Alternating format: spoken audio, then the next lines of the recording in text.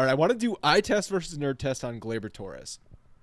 So Logan pulled a bunch of numbers, and Gleyber's actually looking. His numbers are looking good. But what does your eye test tell you on Gleyber?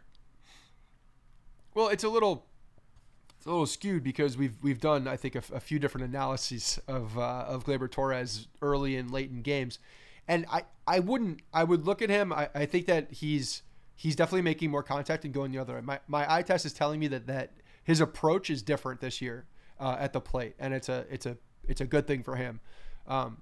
Just that's my general sentiment is that he is listening to Cameron Maybin, has that middle of the field approach, and it's working out very well for him. He's had two walk-offs, right? Two walk-offs, and then a couple of other big late game tying situation he's come through and stuff like that. But his expected batting average 317, actual batting average 250. Expected slugging 588, actual 444. Expected weighted on base average 398, actual 324. His launch angle is back up close to the 2018-2019 numbers. His average exit velocity is better than it's ever been. It's 92.5 miles an hour. His strikeout percentage is better than it's ever been, 15.1%. His hard hit percentage is better than even in 2019. It's at 49.5%. 50% of the time, he's hitting the ball hard.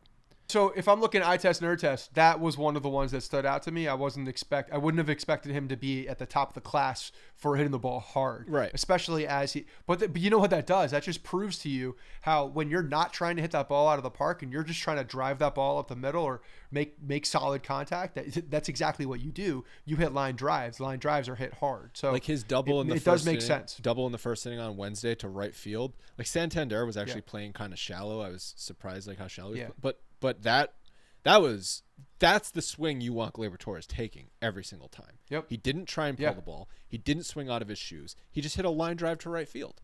And it's like you see him leave that approach in certain times. I think he left it I forget if it was bases loaded today or if just a couple guys on. I thought he was over swinging and he was just sort of in between. And at least you've seen him fix it right from game to game, whereas last year it was overswing after overswing after overswing, and it was just like he can't get out of this.